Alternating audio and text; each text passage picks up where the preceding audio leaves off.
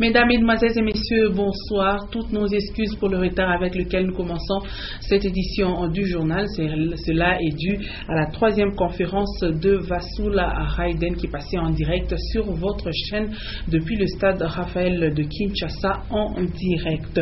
Une fois de plus, bonsoir et bienvenue à cette édition du journal au sommaire. Annoncé il y a peu par le chef de l'exécutif provincial, les travaux de construction du nouveau pont devant relier les quartiers Golf Battant et au quartier Kalouboué ont débuté. L'ancien était déjà en état de détérioration. Nous vous parlerons également dans cette édition du journal de cette visite du représentant spécial du secrétaire général des Nations Unies à Mitwaba. Martin Kobler et le ministre Juvenal Kitungwa Lugoma de l'Intérieur sont allés entre autres évaluer la situation humanitaire et sécuritaire des déplacés. Deux jeunes de la Katumbi Football Academy iront en Europe. Ils vont donc aller au mont escalader le Mont Blanc. Le parrain de ce centre de football, Moïse Katumbi Chapwe, leur a souhaité une bonne chance. C'était ce 21 mai 2015. Une fois de plus, bienvenue à ce journal. Le gouverneur de province Moïse Katumbi Chapwe a consacré l'essentiel de la journée du jeudi 21 mai sur chantier à travers la ville. Il a débuté par le lancement de l'asphaltage de l'avenue Pangula à Kilobé-Lobé avant de chuter par le quartier Makomeno en passant par Bongonga. Nuno Lando et Stéphane Chisson nous en parlent.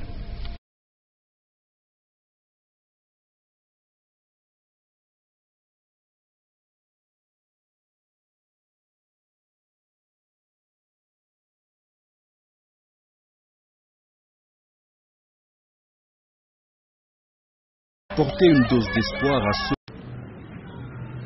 à l'interminable série de ponts jetés à travers le Katanga s'ajoute également ce tapis infini d'asphalte qui serpente à travers la province jusqu'aux portes des demeures les plus modestes. La vocation de l'honorable Moïse Katumbi Chapwe étant dès le début celle d'apporter une dose d'espoir à ceux qui n'en avaient plus. C'est le cas d'humbles habitants du quartier Kilobé-Lobé sur l'avenue Pandula, s'étant quotidiennement nourris de poussière rougeâtre et de boue glueuse qui ce jour enfin vont voir pour la première fois depuis des générations leur route asphaltée. L'arsenal chinois y est déjà en place et le gouverneur bâtisseur a lui-même effectué une descente ce jeudi 21 mai 2015 sur le lieu pour prêcher la modernité. Ndio hii barabara papa ilikuwa mubaya sana. Shi angalia hivi kipimo tuko. Njola tutu premiere fois mu quartier wa Kilobé-Lobé batufanyisha na shi barabara tufanye na bengine. Leo tuko na furaha sana. Na tukuna furaha tu sana mkoona vile banzo tengeza barabara papa. Hapana ule ni Mungu ndio atutumia papa. Kama unaangalia Moise DP bariku yake ako. Leo ndio tunaona ule anekala.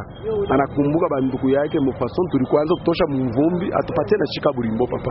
Tunampigia asante na Mungu amchunge sana. Moise mnaanguka juu yako Moise. Napenda kabisa saidia hii njia. Ya furaha sana, tunampigia Mungu asante. Mungu ambariki papa Moise. Ambariki sana, amongezee nguvu sana na mapendo ya kuendelea kutengeneza nchi yetu. Furaha sana.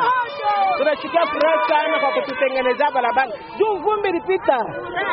Tulikula because lakini Mungu amubariki papa Moise. Amupe nguvu tena, amuongezee tena na imani, amuongezee na mapendo. Kwa sababu bila mapendo hawezi kufanya kazi anafanya. Nasikia butamu sana. Iba nateja kaburimbo. Mambo ya kaburimbo tunampikia baba Moize asante moya. Mungu amunyanyule amubariki.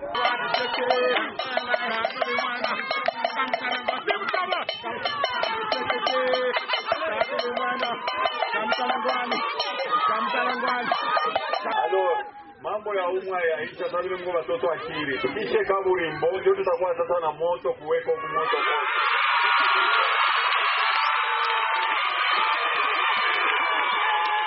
Cette route reliera comme une boucle Kilobé-Lobé au quartier Bongonga qui lui bénéficie d'un des ponts les plus beaux de la province. Un ouvrage qui a mis un terme aux accidents en cascade par noyade qui ont endeuillé les populations de ce coin de l'arrière-ville. Qui eût imaginé pareil ouvrage au milieu d'un des quartiers jadis la risée du premier venu. un quartier désormais relié d'un bout à un autre par de l'asphalte compact. De Bongonga, le gouverneur Moïse Katumbi Tchapo est présent sur le front routier du quartier Makomeno, le quartier chic des cadres de la Gécamine, dont les routes ont été récemment réduites en un déplorable lambeau. En ce jour, les plaies béantes de toutes ces routes reçoivent enfin le pansement administré par le docteur Katumbi. Il faut le faire. Ce n'est pas pour rien que cette brave femme a décidé de se rendre à l'église avec une intention très précise. Nenda kumwombea Papa Moïse mumisa. Njoo nini? Njoo vile tuko natutengenezea barabara. Barabara ilikuwa buchafu sana. Hapo sasa inakuwa propre. Papa anaenda tutengenezea njia. Tenda kumwombea. Ndio, Mungu ambariki huyu baba, huyu Mungu amuchunge, amuongezee. Bali bako na muwasha mikuki na mishale barudiririe. Huyu ni wetu, Mungu alitutumia, ni wa mu Bible huyu. Merveilleux de ce que l'honorable Moïse Katumbi est en train de faire dans la province. En tout cas, nous sommes tellement heureux. Surtout que à cet endroit, vous voyez que nous sommes à l'église. L'église pleine de vie que nous dirigeons, moi-même je suis pasteur ici.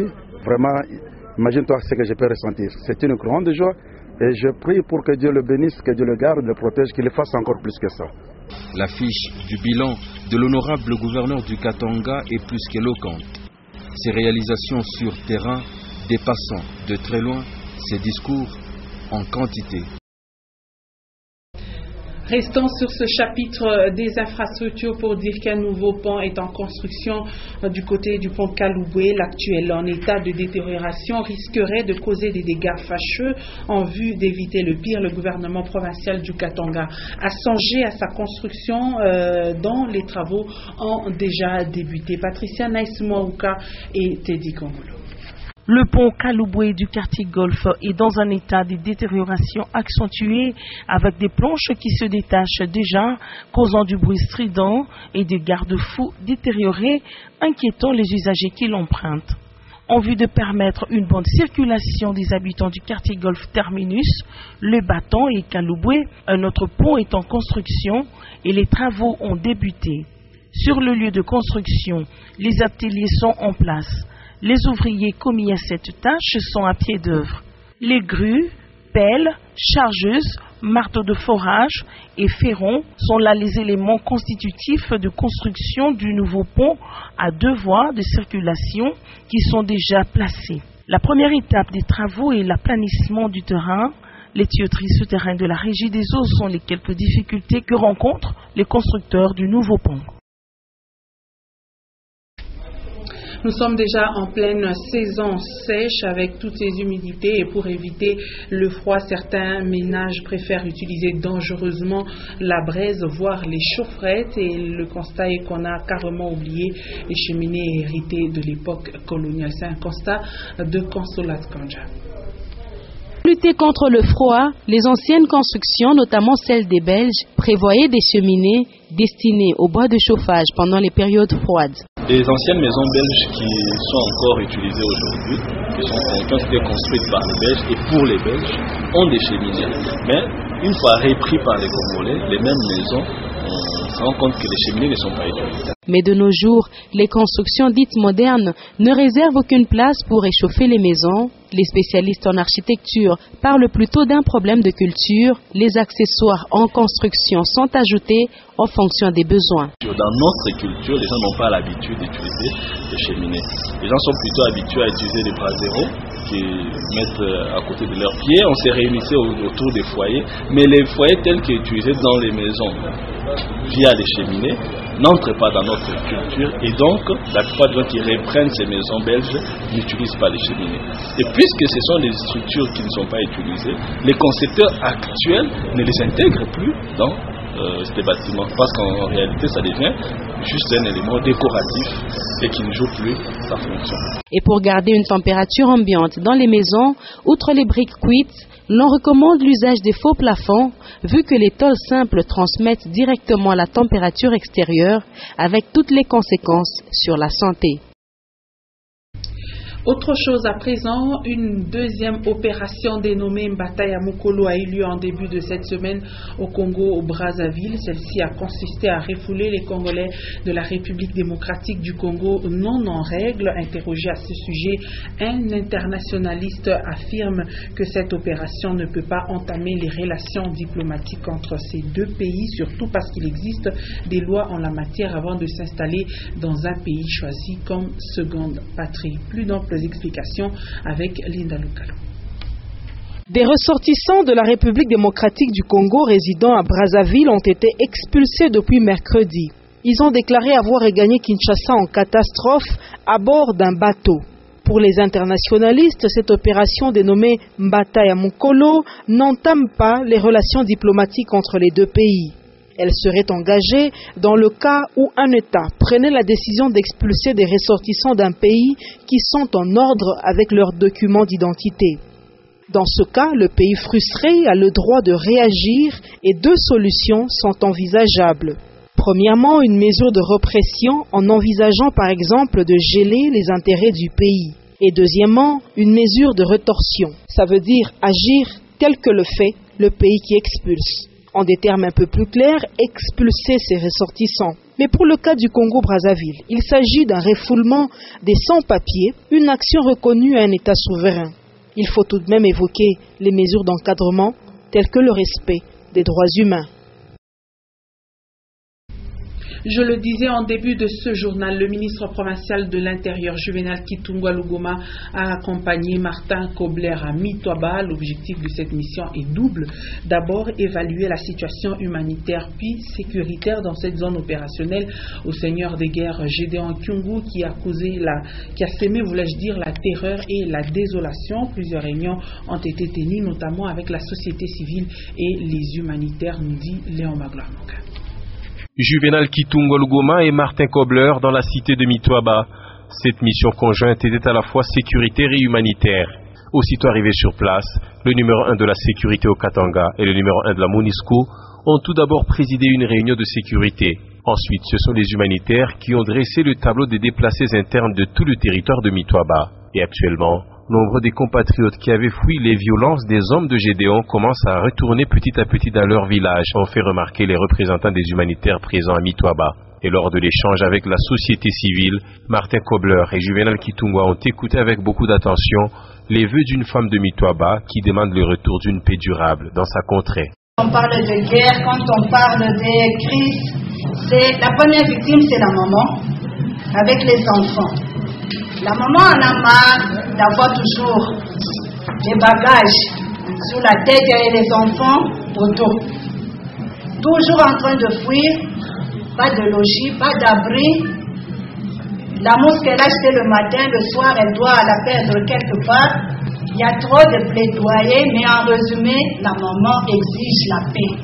Parmi les résolutions de cette mission, l'implantation très prochaine des casques bleus dans le territoire de Mitwaba afin de faciliter la reddition de plusieurs éléments maïmaï de Gédéon et a manifesté ce vœu. Et la promesse a été ferme. Et pour améliorer la lutte contre le paludisme, l'entreprise d'exploitation minière Tenke Fungurume Mining mène des enquêtes dans sa concession. Pour cette année, l'enquête est menée par des techniciens de laboratoire dans différentes écoles. La cible sont les enfants des 6 à 12 ans. Reportage de Rufin Kibombe et Tiani Luka. 1494 élèves des différentes écoles de la concession TFM, dont l'âge varie entre 6 et 12 ans, constitue l'échantillon de cette 13e enquête des prévalences qui entre dans le cadre du programme de lutte contre le paludisme. Nous sélectionnons les élèves de 6 à 12 ans qui constituent une population stable afin de comprendre où est-ce que nous en sommes dans la lutte contre le paludisme. Une initiative de Tenke Fungurume Mining avec ses différents partenaires qui vise à évaluer la prévalence du paludisme dans la concession. Vous trouvez que les enfants qui souffraient plus de la malaria aujourd'hui, ils commencent à se retrouver. Et vous voyez dans des classes ici, c'est plein d'enfants. Sur le terrain, l'enquête est effectuée par des techniciens de laboratoire qui veillent au respect de l'éthique et normes à la matière. Je suis ici juste pour le contrôle de qualité de tous les travaux qu'on fait ici. Que ce soit les tests rapides ou la goutte épaisse et la coloration des lames, l'expédition des lames. TFM a prévu une prise en charge des enfants positifs du palu. Chaque élève qui est testé positif, il va recevoir le traitement gratuitement. Et on va expliquer aux parents que nous avons trouvé que cet enfant a des parasites de la malaria dans son sang. Voici le traitement à pouvoir lui donner. Et pour en avoir le cœur net, les mêmes résultats seront certifiés par un laboratoire externe accrédité par l'Organisation mondiale de la santé. Tenke Fungurume Mining veut à travers cette campagne dans les écoles évaluer ces différentes actions au profit des communautés en vue de diminuer davantage la prévalence du paludisme dans sa concession. Et suite aux nombreux cas de vol de moto enregistrés aux heures tardives, le maire de Lubumbashi insiste pour que les motocyclistes arrêtent le taxi-moto au plus tard à 20h, mais la mesure n'est pas toujours respectée sous prétexte que c'est aux heures du soir que la moto procure assez d'argent. Maurice Mazel, reportage. Au cours de plusieurs réunions tenues à l'hôtel de ville de Lubumbashi, Jean-Oscar Sanguza Mutunda a rappelé aux motocyclistes qui font le taxi-moto dans la périphérie de la ville d'arrêter leur activité à 20h. Nous avons assez déploré des cas de vol, de meurtre dans le secteur de taxi-moto. Aux heures tardives, à moto, tout le monde est considéré comme suspect. À la demande du maire, tous les responsables de motocyclistes dans les communes se sont rencontrés au bureau communal de Lubumbashi afin de sensibiliser tant soit peu leurs membres au respect de la dite mesure. Depuis peu, aux heures tardives, les motocyclistes se font arracher leurs motos par des inciviques. Des décès ont été même enregistrés. Nous voulons bien qu'il y ait des mesures pour sécuriser les motards que nous sommes, nous qui faisons le taxi-moto. Mais le comble est qu'aux heures tardives, nous gagnons beaucoup que pendant la journée. Si l'autorité urbaine peut prendre en compte cette réalité sociale. Malgré qu'ils aient reçu des casques de la part de l'autorité provinciale pour se sécuriser, c'est à peine qu'ils observent cette mesure sécuritaire de port de casque. Et l'on nous signale qu'un camion a pris feu l'après-midi de ce jeudi sur la route Kasenga. Une panne technique serait la cause de cet incendie. Le véhicule s'est complètement brûlé et des pertes matérielles considérables. Regardez. Ce camion en provenance de Kasenga, bien chargé et qui a pris subitement feu, venait pourtant d'un entretien, à en croire les propos du chauffeur qui s'est livré à notre micro. En tout cas, l'on n'a pas déploré des pertes en vies humaines, à part le véhicule, où sans doute on ne va rien récupérer, sans oublier les pertes des biens matériels, qui n'est pas à négliger. Un autre accident, c'est celui qui a été enregistré dans la ville montagneuse de Likasi, précisément à l'angle de la route Lubumbashi et l'avenue Chituru. On nous signale que le bilan est de 23 blessés, dont 4 en état critique. Jichala. C'est après avoir brûlé le feu des signalisations que ce camion a percuté un minibus des transports en commun avant de faire un tonneau. Les passagers du camion provenant des Kinshasa ont été grièvement blessés. Tout s'est déroulé au croisement des routes Lubumbashi et Chituru.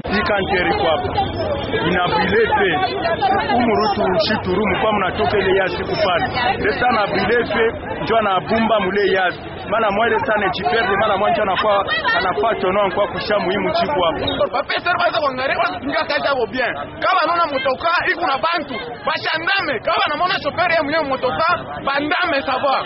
Yaraba alors bawe kutumika kazi yao bibi hivi. Abina bien tunashika mbaya sana. Les blessés ont été conduits à l'hôpital d'Ako de Likasi. En fait, par rapport à l'accident, nous avons reçu 23 malades. Donc il y avait 8 hommes, 7 femmes et 6 enfants. Et 4 pour le moment se retrouvent dans une situation un peu critique. Jusqu'à maintenant, là, on est avec eux au bloc opératoire. Et 2 enfants là, la santé est encore pas bien. On est en train de gérer, on attend la suite. Il faut savoir que la circulation a été perturbée l'avant-midi de ce jeudi 21 mai sur ces routes principales de Likasi.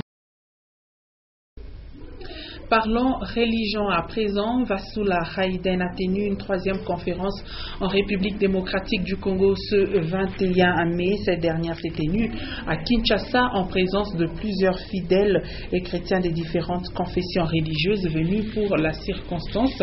Et puis vous le savez, elle était dernièrement à Kikwit où elle a été chaleureusement accueillie.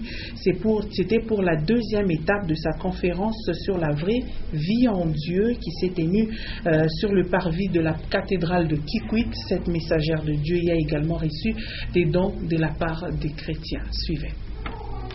Tout est parti de l'aérodrome de Kikwit où les mots de bienvenue ont été adressés à Madame Vassoula Raïden. Nation du diocèse de Kikwit, venons vous souhaiter la bienvenue pour recevoir votre message de paix et d'unité. Après, la délégation des chrétiens de différentes églises a eu à conduire cette messagère du Christ vers une maison aménagée pour l'accueillir. Le jour de la conférence, quelques marchands ont envahi le parvis de la cathédrale pour y vendre les objets liturgiques ainsi que d'autres produits. Pendant ce temps, jeunes filles, jeunes garçons et vieillards suivaient attentivement le message que livrait Vassoula. Peu avant son départ pour Kinshasa, Vassoula Raïden a reçu d'abord une délégation des chrétiens de l'église orthodoxe. Ensuite, ce fut le tour de Monseigneur Marie-Édouard Mounounou, représentant l'église catholique, pour le mot de revoir. Très content de son passage et de son enseignement. C'est vraiment quelque chose, une personne croyante qui a soulevé beaucoup d'esprit de foi dans le peuple. Avoir un peu la nombreuse affluence du peuple là, c'est qu'ils étaient convaincus qu'ils pouvaient recevoir une parole de Dieu de sa part. Là, c'est quelque chose qui nous a laissé, qui est très bon. Après qu'elle ait reçu des dons par ses délégations, Madame Vassoula Raïden a pris l'avion pour Kinshasa afin de poursuivre avec son évangélisation. Et nous terminons par le sport. De pensionnaires de la Katumbi Football Academy iront en aventure en Europe. L'objectif, escalader le Mont Blanc. Et Moïse Katumbi Chapoué, parrain de ce centre de football, leur a souhaité une bonne chance et un bon voyage. C'était ce 21 mai 2015. Constant Guélor-Mouépou, reportage. À la Katumbi Football Academy, il ne s'agit pas seulement du football pratiqué ou enseigné, mais bien une vision large sur la vie et ses contours. D'où Régis Laguesse, son directeur du centre, va amener 2 jeunes pensionnaires en Europe pour un défi, escalader jusqu'à son pic, le Mont Blanc. Nous voulons toujours aller plus haut. Ça, c'est vraiment une signification parallèle. Ces jours-là sont programmés pour atteindre les sommets. Et comme je disais tout à l'heure avec le gouverneur, on a des dirigeants, le président et puis Madame Katumbi, présidente de la KFA, qui ont la foi à renverser les montagnes. Nous, on va essayer de les aider symboliquement en ayant la foi pour atteindre le sommet. Et ce qui est préfiguratif de où on veut emmener ces jeunes. Au sommet du football, au sommet à Mazembe, au sommet du football congolais et ensuite, si possible, pour la plupart, au sommet du football mondial. Et oui, rêver grand, c'est ce que fait le couple Katumbi, parrain de cette académie de football, dont les limites ne sont pas seulement le tout-puissant Mazembe, mais bien les sélections nationales de la RDC, a déclaré Moïse Katumbi. Le rêve que j'ai, ce n'est pas seulement pour Mazembe retourner à la Coupe du Monde, c'est rien. Le rêve, c'est le rêve qu'un jour, la République démocratique du Congo, avec ces jeunes que nous sommes en train de former, joue la Coupe du Monde, que notre équipe nationale joue la Coupe du Monde. Prendre un jour la Coupe du Monde avec la République démocratique du Congo, tout est possible. C'est des jeunes gens qui sont venus pour aider notre pays et non pas aider Mazembe, parce que notre future équipe nationale, c'est les jeunes d'aujourd'hui. Je les encourage, ils doivent aller de l'avant. Dans la vie, il faudrait savoir se battre et ils doivent continuer à persévérer et surtout la discipline pour aller de l'avant. Ils vont au sommet, j'espère que leur équipe, avec leurs collègues, ils iront un jour au sommet de la Coupe du Monde. Pour Mboma Idriss, 15 ans, milieu de terrain, l'enjeu est si grand, mais il compte y parvenir. Je me sens bien, parce qu'on va partir à Mont Blanc, pas escalader les toits de l'Europe. On sait que c'est difficile, mais on va arriver. Et son collègue Alain Goy, 18 ans, défenseur central, y pense presque comme Idriss. Oui, bien sûr, on s'est bien préparé. Ça fait 3 semaines qu'on se prépare. Nous sommes prêts tout cela. Nous sommes sûrs qu'on va arriver au sommet. C'est ça notre principal objectif. Après le marathon d'Angers-Madrid, ce deuxième défi, le premier de l'année 2015, témoigne bien la hauteur et la grandeur de la vision qu'a Moïse Katumbi pour le football en RDC. Et c'est complètement terminé avec ce soir Actualité. Merci mesdames et messieurs de nous avoir suivis. Les prochains rendez-vous à 21h, les news en version française, 21h15, celle en version anglaise, et à 23h, Edouard Kankou va vous informer. Tout juste après moi, vous allez suivre en page magazine cette enquête menée par les techniciens de laboratoire de Teke Fungurume Mining dans les écoles de sa concession. Je vous retrouve demain à 17h30 et 19h avec ce même et réel plaisir. Bonsoir.